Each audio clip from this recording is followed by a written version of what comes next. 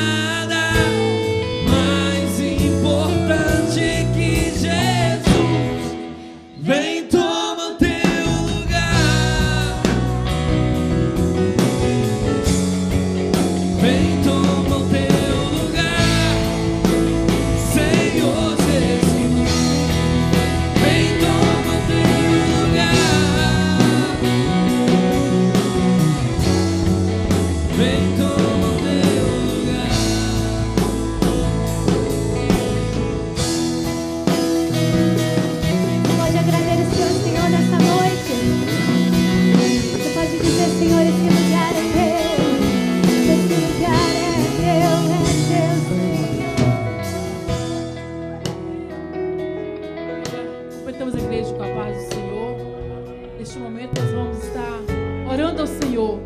O diácono Bruno pede oração por um pedido especial. De repente também você tem um pedido especial para fazer ao Senhor nessa noite. Então este é o momento, nós falarmos com o Senhor, colocarmos diante dEle aquilo que nós estamos precisando. Se você está precisando de uma bênção do Senhor, de uma resposta do Senhor, saiba que Ele está neste lugar. Nós vamos clamar a Ele neste momento. Eu convido você, dê a mão ao teu irmão. Aleluia.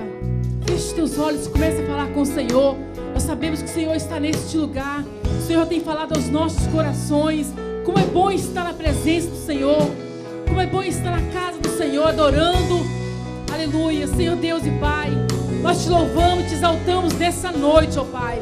Muito obrigado, ó Pai, pelo privilégio, pela oportunidade, ó Pai, de estarmos na Tua casa, na Tua presença, ó Pai, onde nós podemos sentir, ó Pai, o Teu amor, o Teu carinho, Pai. Nós te louvamos, ó Pai. Rendemos graças a Ti, meu Deus. Ah, Senhor, muito obrigado por cada vida que entrou aqui nesta noite, ó Pai. Cada família aqui representada, meu Deus. Colocamos diante do Senhor, Pai, a vida do diácono Bruno, ó Pai. Ele está clamando ao Senhor por uma resposta, por um pedido especial. E sabemos que a vitória é garantida em nome de Jesus. Meu Deus, cada pessoa que está falando contigo neste momento, pedindo ao Senhor, Pai, agradecendo ao Senhor por alguma coisa que o Senhor já fez, ó Pai. Nós te adoramos, te agradecemos, ó Pai. Sabemos que o Senhor nos garante a vitória, ó Pai. Nós declaramos, ó Pai, em nome de Jesus, ó Pai, a bênção sobre o Teu povo, a bênção sobre as nossas famílias, ó Pai, em nome de Jesus. Nós declaramos a vitória, ó Pai. Todo mal, toda enfermidade, tudo aquilo que veio, ó Pai, para tirar a paz do Teu povo, nós repreendemos em nome de Jesus. Nós declaramos, ó Pai, vidas salvas, vidas libertas neste lugar, para que o nome do Senhor Jesus seja glorificado, seja exaltado. Nós rendemos graças a Ti nesta noite, ó Pai, em nome de Jesus. Amém? Você pode aplaudir o Senhor mais uma vez? Aleluia, o Senhor é bom. Poder assentar. Bispo Sandra Tenório. Amém? Tá frio aí? Tá nem um pouquinho, né? Graças a Deus. Nós estamos aqui porque o Senhor é bom e tem cuidado de nós. Amém? Eu quero dizer para vocês que realmente Deus ainda tem um projeto na sua vida. Amém? Você crê nisso? Quantos que creem aqui que Deus tem projeto? Você crê? Abra sua Bíblia em 1 Reis.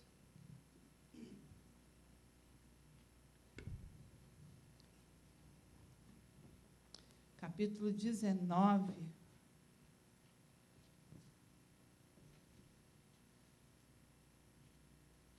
Amém?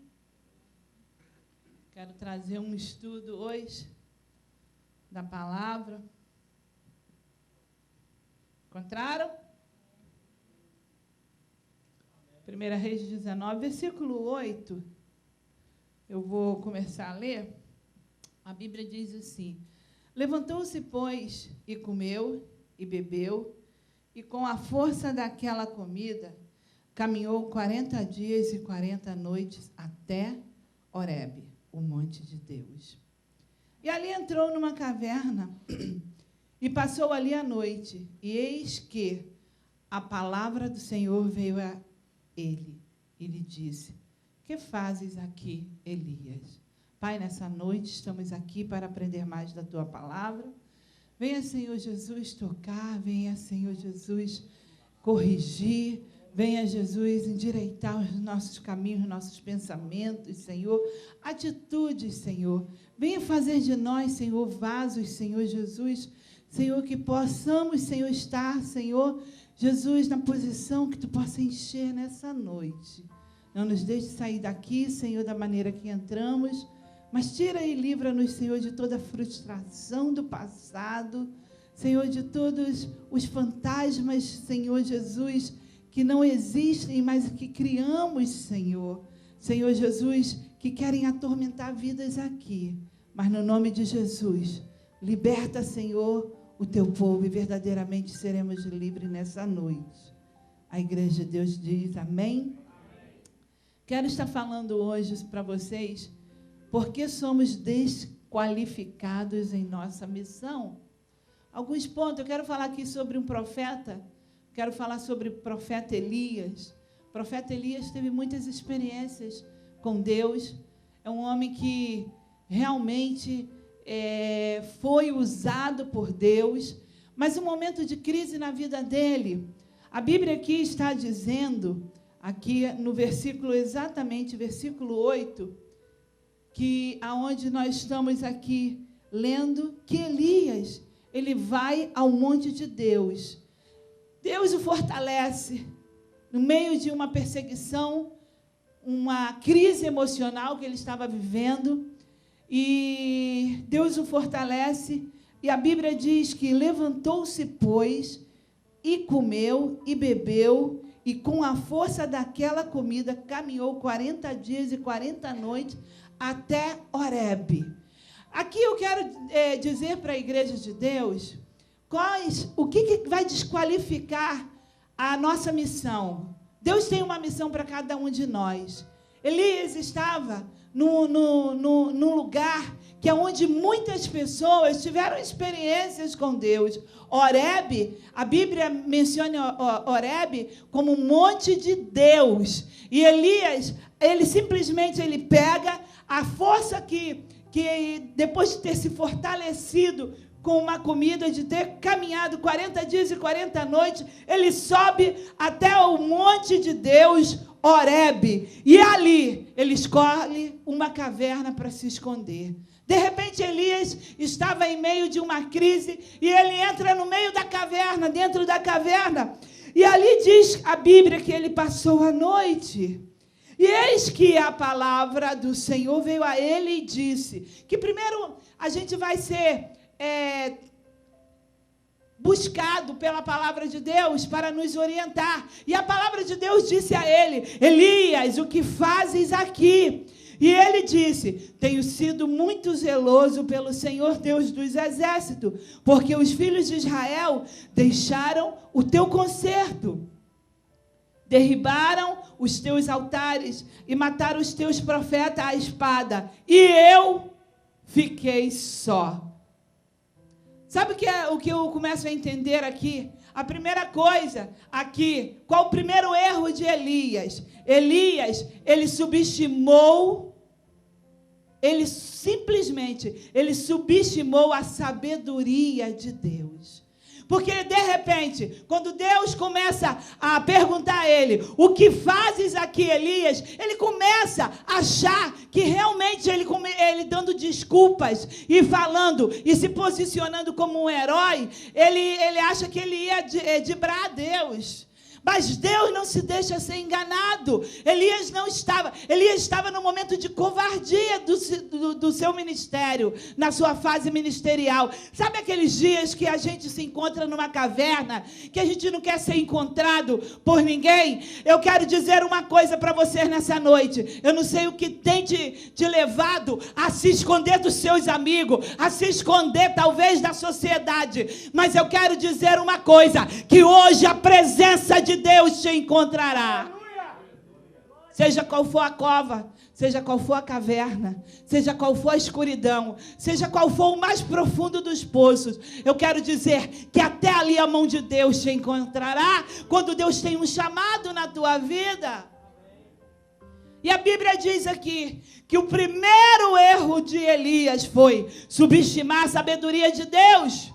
Porque ele tentou justificar o seu medo como se fosse um herói. Na verdade, o que Elias estava fazendo dentro da caverna, ele estava temeroso da vida dele. Porque haviam pessoas que estavam querendo buscar a ele para matá-lo. E, na verdade, é aí que é o grande erro do líder, o grande erro do cristão, quando tem a sua vida como preciosa, põe na frente a preciosidade da sua vida em vez da sua missão. Nós temos uma missão, igreja, e eu quero que você saia daqui entendendo qual é a tua missão. Qual é o meu objetivo com essa mensagem? É que Deus te levante, é que Deus abra a tua vista, é que Deus renove a tua visão, é que você possa sair daqui hoje, fora da caverna, porque Deus quer falar contigo. Aleluia. Ele diz assim: Só eu. Olha só. E só eu. E eu fiquei só. Segundo erro de Elias é que ele deixou que o medo afetasse a sua visão espiritual. Quantas e quantas vezes a gente tenta desanimar? Quantas e quantas vezes a gente é encurralado a um canto, achando que estamos sozinhos? Quantas e quantas vezes a gente acha que, de repente, porque alguns, olha, já não tem mais, aqueles que estavam do meu lado já não está, a gente pensa que a obra de Deus, ela vai ser, simplesmente, ela vai parar, ela vai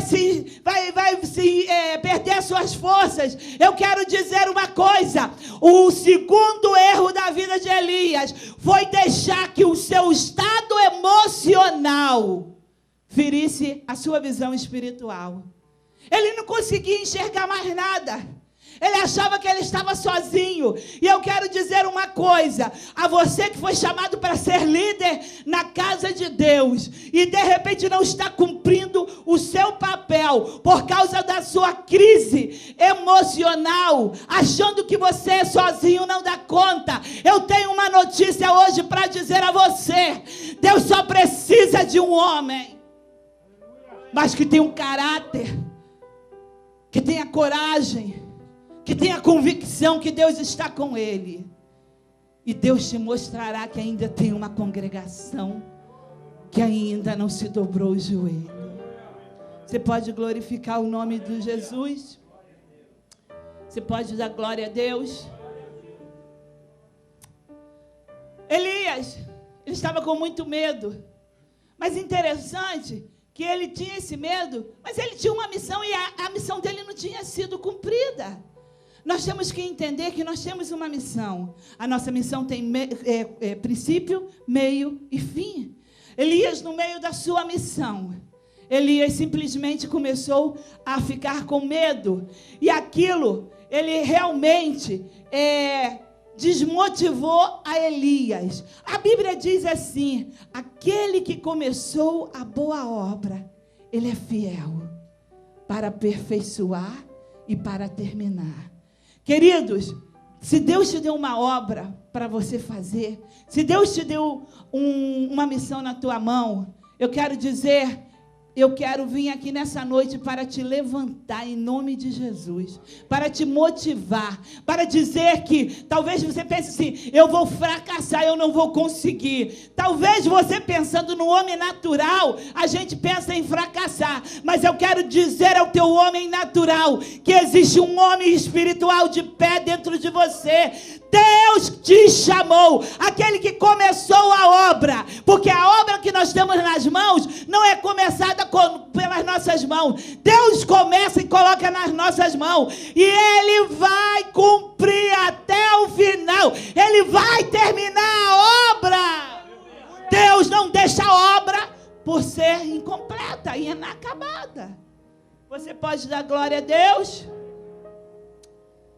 Mas interessante, vamos seguir lendo. Venha comigo.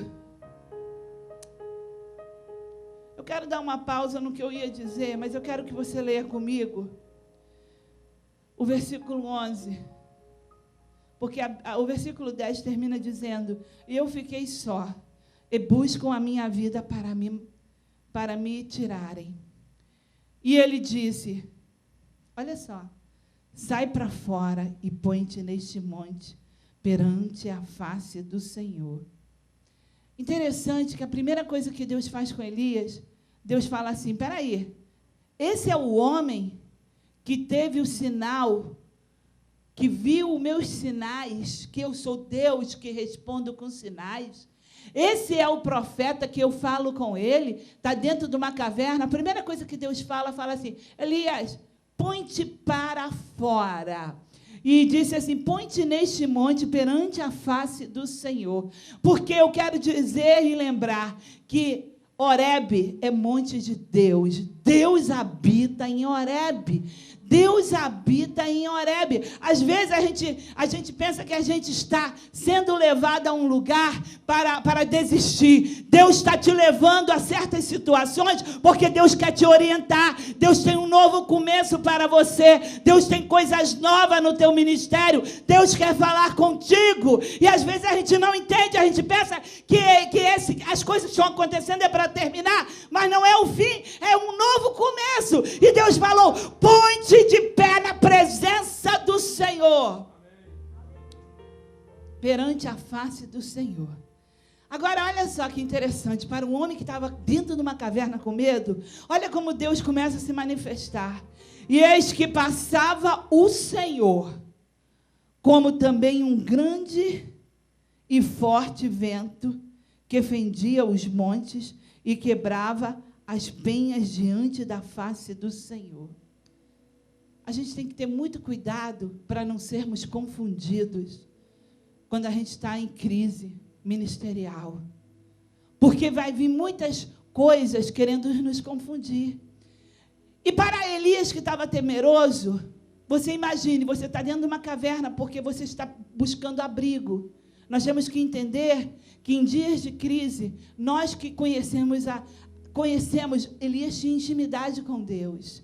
Elias tinha escutado Deus falar. Elias tinha visto sinais acontecer. Nós que temos intimidade com Deus, nós temos que entender que todos nós vamos passar momentos de crises ministeriais. Mas mesmo em meio à luta, nós temos que saber discernir a voz de Deus. Nós temos que entender e deixar Deus falar conosco. Agora, para um homem que estava temeroso, sai de dentro da caverna, porque ele foi buscar abrigo. Nós temos que entender que nós temos abrigo em Deus. A Bíblia diz que torre forte é o nome do Senhor. A ele correrá o justo. Querido, por que você busca uma caverna para se enfiar? A Bíblia diz que torre forte é o nome do Senhor. Não há lugar mais bem abrigado do que debaixo das asas do Altíssimo. O Senhor tem abrigo para nós. Nós não precisamos de caverna em dia de escuridão. Nós não precisamos de caverna em dia do medo, em dia do temor, em dia que a gente pensa assim, como que eu vou sair dessa situação? Eu quero dizer para você que vem passando por certas crises e talvez você esteja em um meio de uma caverna enquanto que você não está com forças para sair. Eu quero dizer para você que hoje o Senhor te dá o livramento. Elias estava no meio, dentro da caverna, um homem cheio de temores. Mas é muito interessante que nesse momento que ele estava cheio de temor, Deus manda ele sair. E quando ele sai, a primeira coisa que acontece, vem um vento. Mas esse vento que veio aqui, irmãos, não é brincadeira não. A Bíblia está dizendo, ele está começando a falar como que a potência desse vento. A Bíblia diz aqui que vem um vento que foi um grande e forte vento que fendia os montes. Você pode imaginar o que é isso? E que quebrava as penhas diante da face do Senhor. Porém, o Senhor não estava no vento. Eu quero dizer que nem todas as provas que balançam o teu barco no mar da vida, o vento, ele vem de Deus. Existem ventos contrários.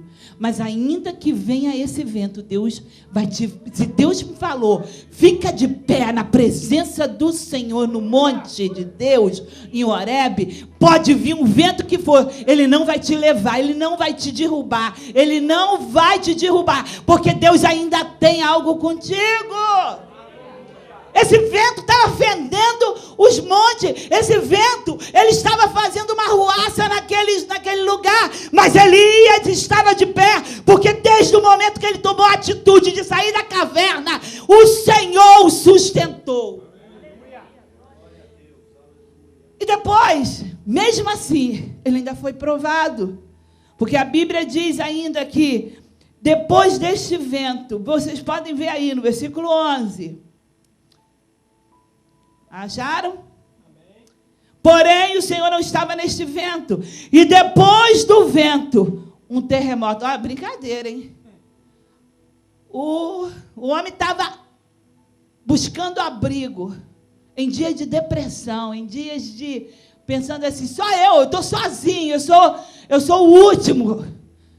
Eu sou a última pessoa que ficou, porque não tem coisa pior quando você está em crise e você não tem com quem contar. Ele já não tinha com quem contar. Ele estava dentro de uma caverna. E, de repente, sai para fora, cheio de medo. Passa esse vento. Daqui a pouco, começa a sentir a terra tremer. Eu já passei por muitos terremotos na Califórnia e eu sei que não é brincadeira. Quando vem o terremoto, meu irmão, a instrução que todos os californianos têm de abrigo é ficar debaixo dos portais. Ou então debaixo da mesa, se for de madeira. Porque quando começa a tremer, a arquitetura de Califórnia foi feita para alguns tipos de terremoto. Os prédios, os edifícios, as casas têm tipo de uma junta especial que tudo pode balançar, balança tudo, cai, mas o portal, sabe o que é portal, né? Essa coisa assim, as coisas ficam de pé. Eles mandam as pessoas se abrir. E eu passei por vários terremotos. Que você olha a água da piscina, de repente vira rio, começa aquela onda para um lado e para o outro. Todos os carros começam a apitar, porque os alarmes começam, os carros a balançar e começam a apitar. Os fios começam a, de repente, porque em Califórnia a maioria dos fios são por debaixo da terra, por isso, porque começa a estourar os sinais. Você começa a sentir em você, é um sinal da terra. Mas eu vou falar, é pavoroso. Agora, você imagine você num monte, sentir que está, primeiro, quase se fendendo os montes com o vento. De repente, um terremoto. E Deus não estava nesse terremoto. Eu quero dizer uma coisa, vão ter situações na nossa vida que vai vir para sacudir. Parece que alguém está puxando o tapete debaixo do teu pé. E eu vou te falar, não é prova de Deus, não. Porque Deus não está nesse terremoto. Mas permaneça de pé, porque você está no monte de Deus. No monte de Deus, Deus tem um controle. Você pode dar glória a Deus? Também o Senhor não estava no terremoto. E depois do terremoto, mas olha, acho que Deus resolveu falar, olha, eu vou dar uma lição a esse covarde, porque tem uma coisa que não combina com profeta, é covardia. Profeta tem que ter ousadia. Profeta não pode ser covarde. Deus não te chamou, não te entregou um ministério para você se acovardar. Deus te chamou e te deu. A primeira coisa que Deus dá na mão de um líder é autoridade. Deus não te deu um ministério para você se acovardar.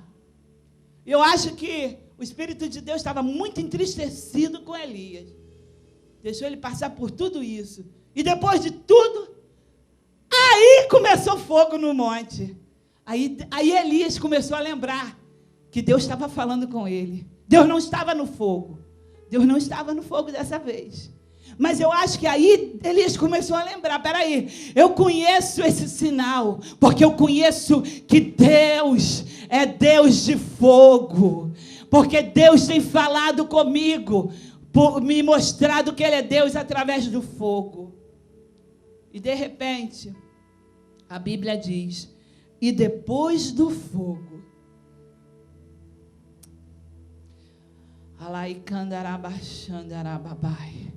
eu quero dizer uma coisa aqui para você. O problema aqui de Elias foi porque ele subestimou a Deus. E nós não podemos ficar subestimando a Deus. Porque Deus é Deus poderoso, trabalha de várias maneiras. A Bíblia diz que, tendo Deus falado de várias maneiras, de muitas vezes, através de seus profetas. Deus não é Deus que fala sempre da mesma coisa, do mesmo jeito que você está esperando. A Bíblia diz que depois do fogo, que depois que Deus permitiu dar uma lição em Elias, está com medo? Tu vai passar pelo vento? Está com medo? Tu vai passar agora pelo terremoto. Tá com medo? Covarde? Agora tu vai sentir o poder do fogo. Agora eu venho te acalmar. A Bíblia diz assim: e depois do fogo, uma voz mansa e delicada. E sucedeu que, ouvindo Elias, envolveu o seu rosto na sua capa e saiu para fora. Elias era tão covarde que ele esperou ouvir a voz de Deus para sair para fora, envolvido na sua capa. Eu quero dizer uma coisa para a igreja: Deus tem nos dado autoridade. Deus, quando te entregou uma missão, Deus não te deixa sozinho e desamparado. Deus te dá proteção. Elias tinha uma capa que significava a proteção dele, a unção dele. E sabe o que ele fez? Aí ele viu que era a voz de Deus. Ele saiu para fora, envolvido na sua capa. E aí, então, ele viu que realmente Deus tinha falado com ele. Versículo 16 diz assim: o 15. E o Senhor lhe disse: vai, Elias, volta pelo teu caminho, porque ali depois, quando ele saiu para fora, ele começou a justificar a Deus, que ele sozinho tinha ficado. Ele estava ali dentro porque ele era muito zeloso pela obra, pelo Senhor. Ele começou a dar uma de bonzinho. Sabe aquele jeitinho que às vezes a gente quer criar uma capa? Eu quero dizer que, por mais que a gente se envolva numa capa para ver a face de Deus, Deus te conhece por dentro e por fora. Deus me conhece por dentro e por fora. Deus sabe e conhece as intenções do meu coração. A Bíblia diz que o Senhor lhe disse: vai, volta pelo teu caminho para o deserto de Damasco, e vem e unge a Azael, rei sobre a Síria. Também a Jeú, filho de Nissi, o Girás, rei de Israel. E a Eliseu, filho de Safate, ungirás profeta em teu lugar. Elias tinha acabado de perder o seu ministério. Eu quero dizer uma coisa: o medo, o temor, a falsidade, subestimando a Deus, porque ele não foi verdadeiro, ele perdeu o ministério dele. Elias tinha muito mais coisa para ser feita. Elias tinha muito mais coisas para ser feita. Mas naquele momento ele perdeu o ministério. E eu quero alertar a igreja de Deus nessa noite, para todos nós que estamos aqui. Tenhamos cuidado de cuidar da nossa missão. Tenhamos cuidado com os dias de lutas, com os dias das aflições, com os dias das perseguições, porque eu quero dizer uma coisa: não existe perseguição, não pode ter espírito de Jezabel que prevaleça contra a igreja de Jesus. Eu quero dizer uma coisa: Deus tem levantado homens com espírito de profetas, mas não para se acovardar, porque o que Deus te entregou vai cumprir. Eu quero dizer para você: não perca o teu ministério por nenhum espírito de Jezabel.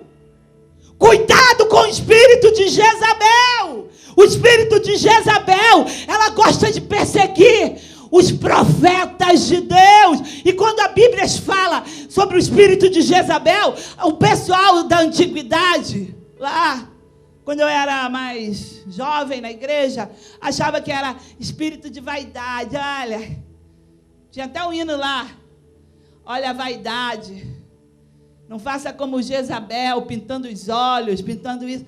Querido, espírito de Jezabel é um espírito, é uma entidade que ela quer perseguir os profetas.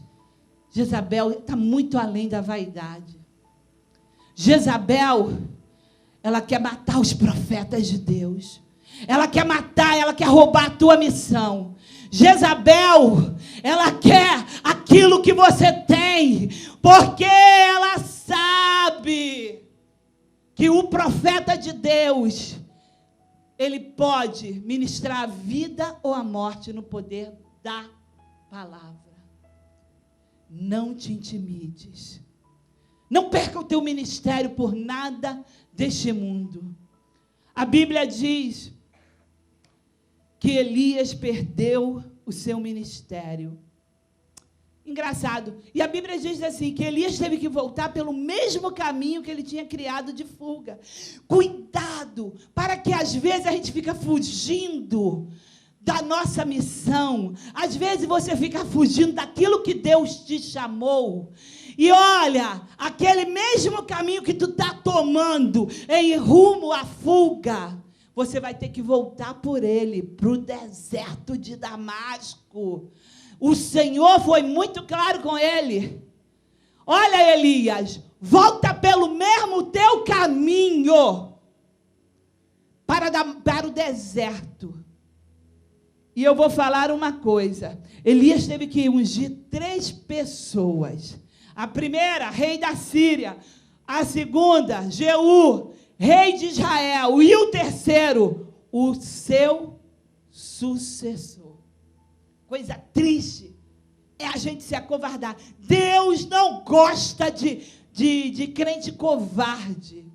Deus não gosta de crente que recua. Deus não gosta, porque Deus é um Deus guerreiro.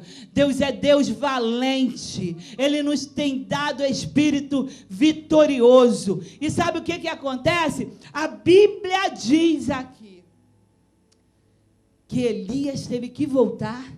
Olha, eu vou te falar uma coisa.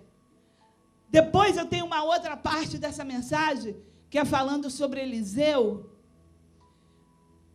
E eu vou falar um ponto aqui. A Bíblia diz que quando Elias voltou para encontrar Eliseu, eu não quero entrar nessa mensagem, mas só vou dar um ponto. A Bíblia diz que quando o Senhor falou o quê? Vai, unge 3 pessoas. Unge o rei da Síria, unge o rei de Israel e unge a Eliseu em teu lugar. A Bíblia diz que Elias chegou e ele passou por Eliseu e jogou a capa. Irmãos, às vezes vão desprezar o chamado que Deus te botou. Eu quero dizer uma coisa hoje aqui à igreja de Deus. Eu estou falando aqui debaixo do Espírito Santo. Deus, ontem, 4 da manhã, estava me dando a palavra para me trazer aqui na igreja a palavra profética. Aqueles que desistirem, não se preocupa, a obra não vai parar. A obra não vai parar. Deus ungirá outro em teu lugar. Agora, esse que vai vir em teu lugar, muitas das vezes, aquele que vai vir para te ungir, até esse vai duvidar da unção e da obra que Deus está te botando na mão. Por quê? Porque geralmente o homem acha que nós temos que ter as qualificações segundo o homem para cumprir a nossa missão. E eu quero dizer uma coisa, naquela época existia uma escola de profetas lá, que tinham muitos para tomar a vaga de Elias. Mas Deus escolheu quem? Eliseu. Porque Deus está olhando o que você tem na mão. Deus está olhando a tua atitude. Deus está buscando aquele que está com a mão no arado. Elias não conseguiu enxergar a congregação de 7.000 pessoas, porque o medo tinha feito ele perder a visão. Ele entrou na caverna e ele falou para Deus: Senhor, eu estou aqui porque só eu sobrei. Enquanto que Deus quando ele estava assim, olha só, ele não conseguiu chegar Era só mais um passo fora da caverna. E Deus ia mostrar a ele que existia uma congregação de 7.000 homens que ainda não tinha dobrado o seu joelho. Eu quero dizer para a igreja de Deus, para aqueles que não desistiram, ainda tem o ministério abençoado. Deus está te entregando uma nova unção. Eu quero falar aqui para os Eliseus, para aqueles que foram desacreditados, para aqueles que não estão apegados às coisas materiais. Deus vai te dar uma nova unção, mas Deus vai te entregar a bênção da prosperidade. Aquilo que Elias não enxergou, Elias viu cair fogo do céu, Elias viu Deus falando com ele, Elias viu tanta coisa, mas fracassou na sua missão. Não conseguiu enxergar que ainda tinha 7.000 homens fiéis.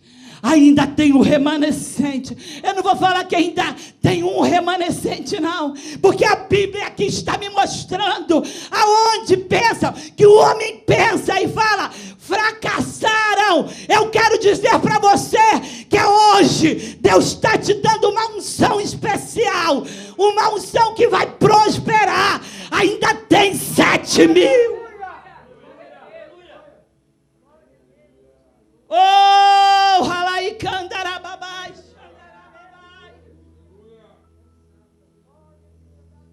Versículo 19 diz, fica de pé comigo, por favor.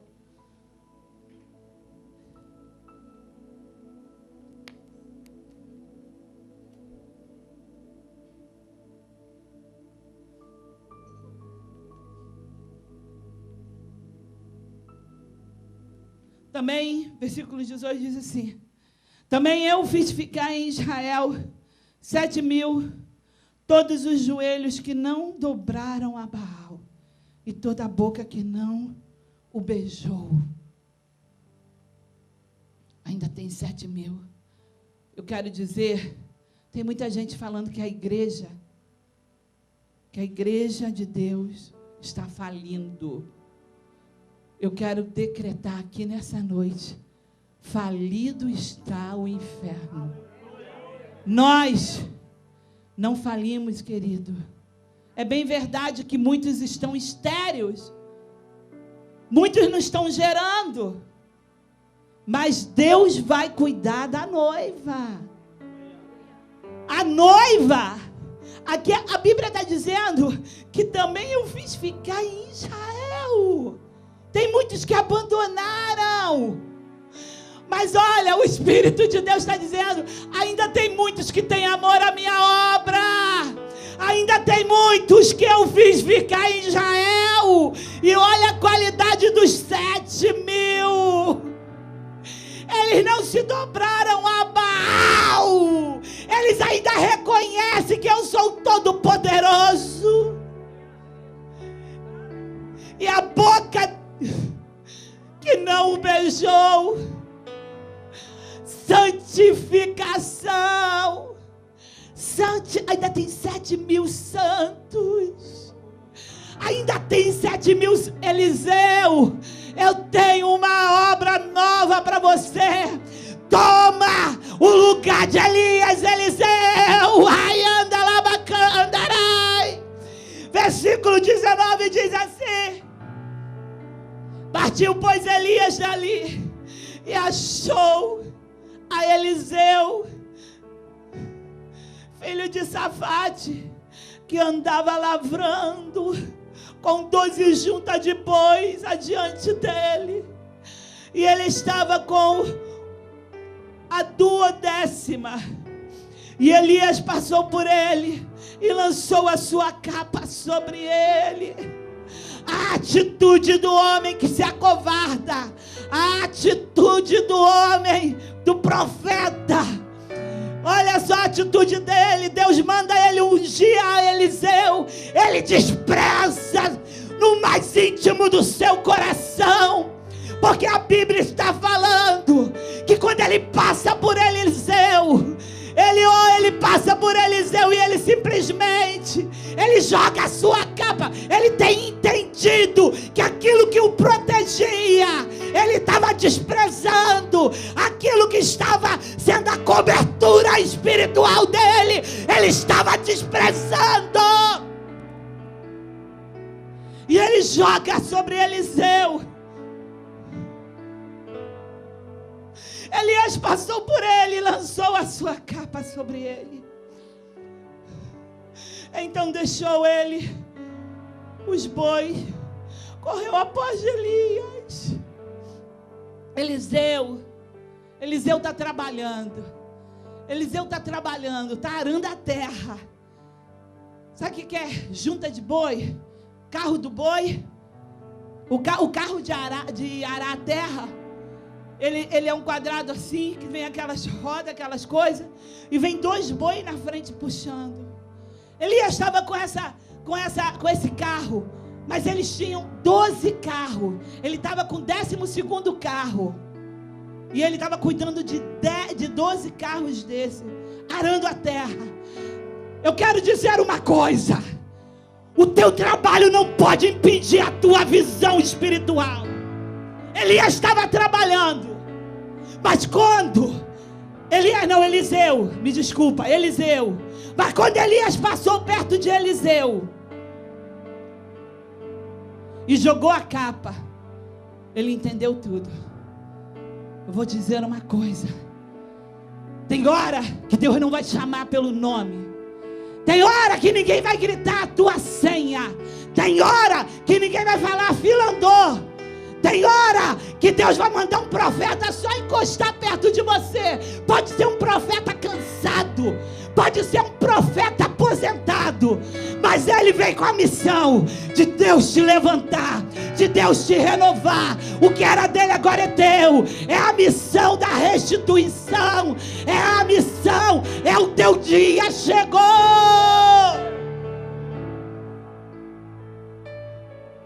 Tem unção, querido, que não vai haver derramamento de azeite. É a capa que nós estamos precisando nessa noite. É a unção da cobertura espiritual, para sermos protegidos, para não irmos para a caverna, para entendermos. E a Bíblia diz que Elias então deixou Eliseu os bois, correu após Elias e disse: deixa-me beijar meu pai e a minha mãe, então te seguirei. E ele lhe disse: vai e volta, porque te tenho eu feito. Voltou, pois, de trás dele, tomou uma jumenta de bois e o matou. E com os aparelhos dos bois, cozeu a carne e deu ao povo. E comeram. E então levantou e seguiu a Elias e o servia. Primeira coisa que Eliseu entende, que quando Deus deu a missão a ele, agora ele não tinha tempo mais para estar apegado aos sentimentos. Ele foi lá e falou: papai, mamãe, beijinho, agora eu tenho que seguir o mestre. Segunda coisa, Eliseu estava totalmente desapegado. Ele tinha entendido: de hoje em diante o Senhor me sustentará. Pegou aquilo que ele estava fazendo, que era o seu ganha-pão, pegou o seu carro, quebrou, matou os boi, fez com o carro de boi uma grande fogueira, queimou. Ele estava mostrando para Deus assim: olha, Deus me chamou, Deus me sustentará. Deu o povo de comer. O outro ponto, seguiu o profeta. Falou: eu vou aprender desse homem, porque eu entendi que a partir desse momento eu vou pegar este legado. E a última coisa, ele não seguiu simplesmente para as pessoas verem. Começou a servir o homem de Deus. Eu quero dizer para a igreja de Deus nessa noite: Deus quer te dar uma unção sobrenatural Mas primeiro você tem que estar totalmente desapegado às coisas que estão tirando o teu foco da tua missão. Porque tem coisas, você vai ficar ali, ó, naquele mundinho, arando a terra, enquanto Deus tem muito mais coisa para você fazer. Deus quer te levantar como profeta nessa terra.